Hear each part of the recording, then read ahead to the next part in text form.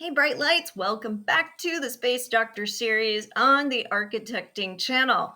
My name is Angela, and I am an architect who has made it her mission to unlock the science behind design for well-being, something known as salutogenesis. Now, I have devoted my whole career to studying this, and I know most of you probably don't want to do that. So whether you are an architect like me or an interior designer, or you're just somebody that wants to learn more about this, this is the place for you. So make sure that you like and subscribe to the channel. I am here every week, plus I do monthly readings and special bonus readings. So you don't want to miss any of that, because when I talk about this, I make it simple, I make it easy to understand, and hopefully a whole lot of fun.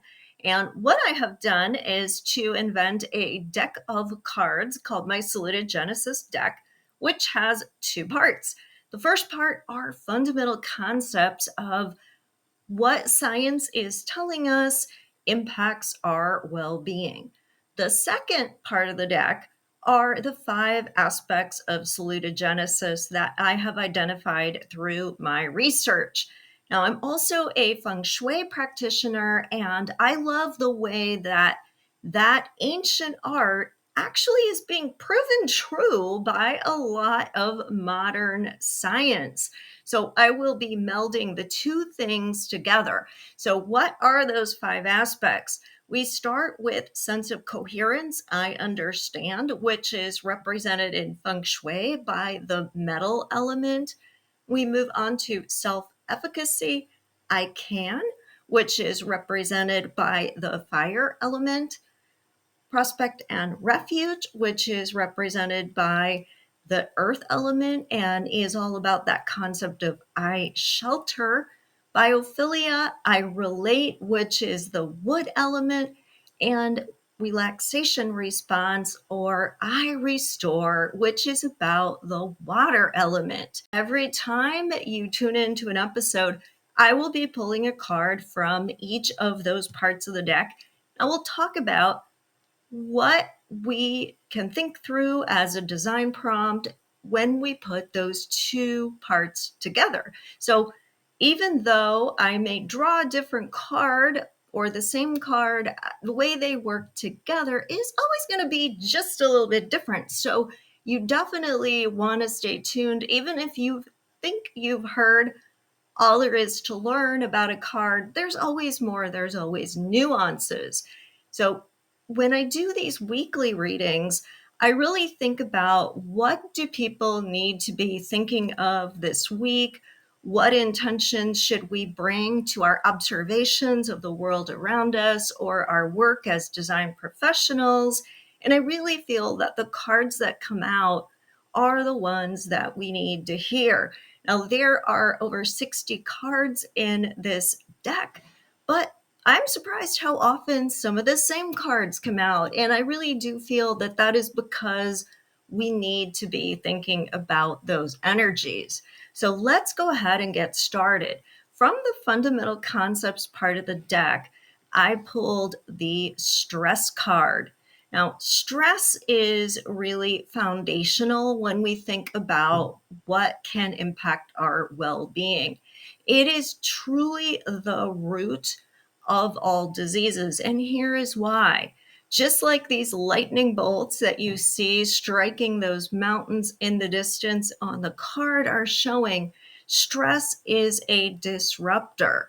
As human beings, we're built for survival, and the stress response that we have was designed when survival meant being able to run away or fight off whatever the danger was. And so the hormones that get activated, cortisol and adrenaline, would get burned off as we did that.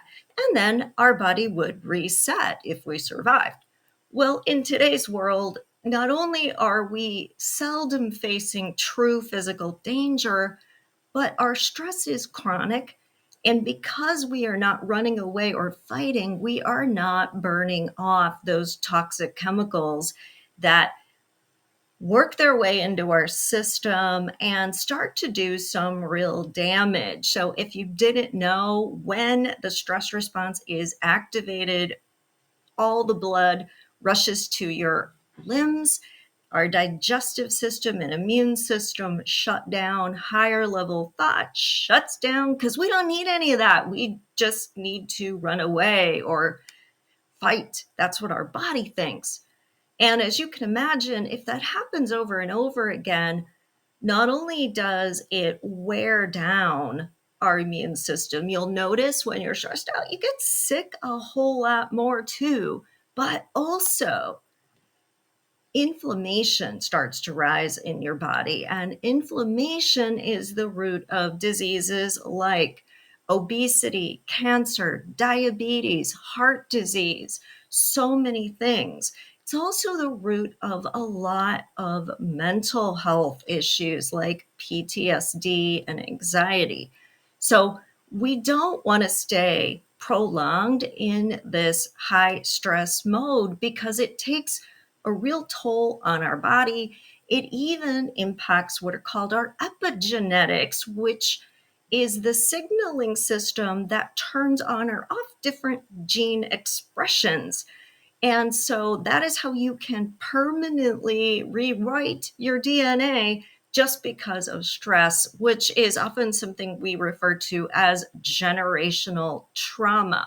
What's more is that when we have a lot of stress, especially that big stress that adds up to trauma, it can actually make it more of a hair trigger then for the full-blown stress response to get set off again with even a very minor thing going wrong. So we become more and more sensitive to this, more and more hyper vigilant, and that isn't helping us have a very good quality of life at all. So definitely we know that stress is bad for us, but what do we do? Well, that's where the concept of salutogenesis comes in. At its core, we're trying to reset that stress response and turn off what is the sympathetic nervous system that has been activated and turn on the parasympathetic nervous system, which helps to reset everything that has been kind of disrupted by that stress response. So now that we know that, let's look at the card that came out of the aspects section of the deck.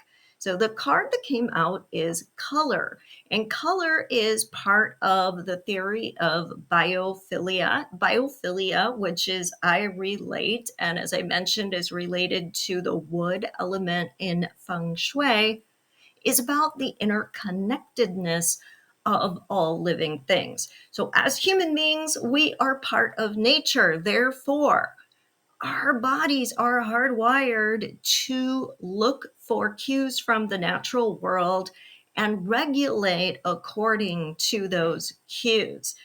Oftentimes in the modern world, we have a real disconnect.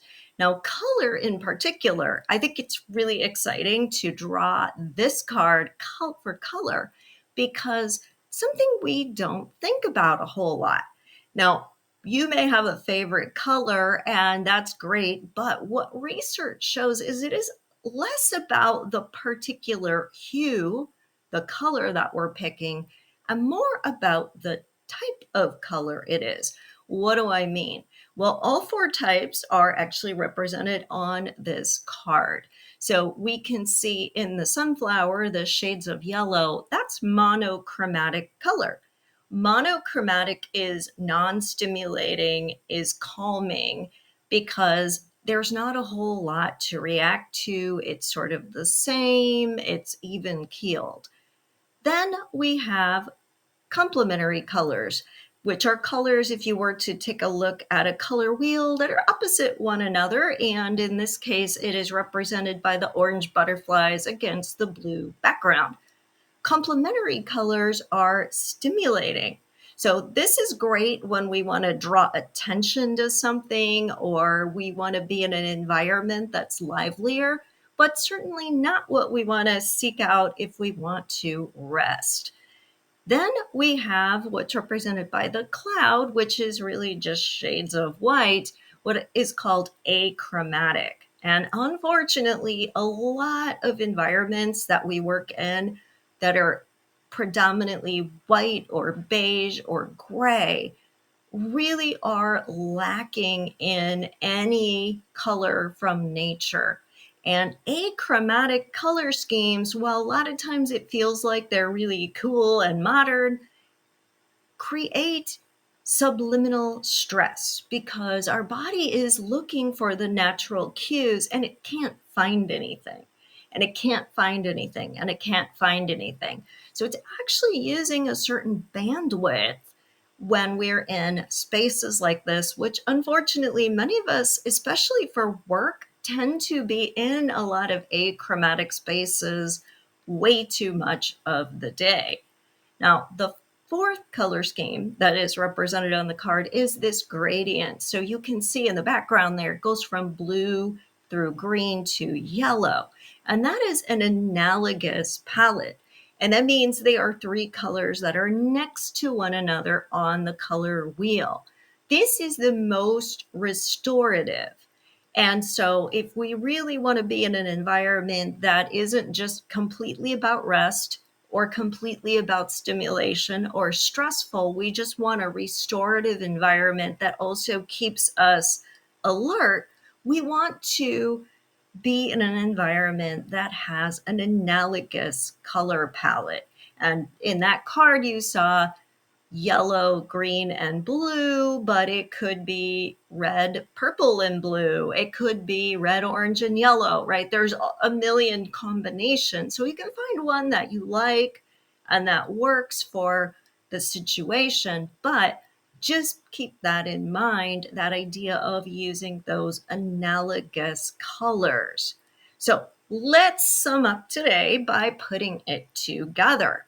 We talked about the stress response as a disruptor and actually something that over time can introduce toxicity to our system, even impacting our gene expression.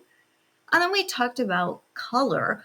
Color is part of nature, and we, whether we know it or not, or like it or not, respond to color. We're hardwired to do that. And those four palettes can be strategically used then to create the environment that we want to be in. So maybe in our bedroom, we want a more monochromatic environment, or in a space where we want quiet concentration, in a space where we're maybe doing most of our living or most of our working. That's where we want to stick to that analogous palette that's going to keep us alert but still be restorative.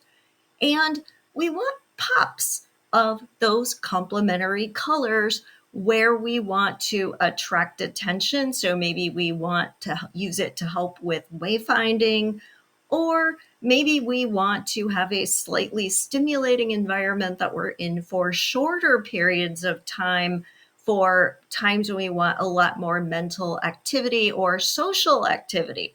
So you can see how you can choose and dial up these palettes, but definitely be on the lookout for the achromatic palettes. And if you are in a situation at work or in another kind of living environment where predominantly the decor is achromatic, you can introduce pops of color, whether those are throw pillows or decorative objects or artwork or carpets. Just remember these three different other palettes you have to choose from. Decide what is most appropriate for how the space is used, and then go ahead and layer in those color accents.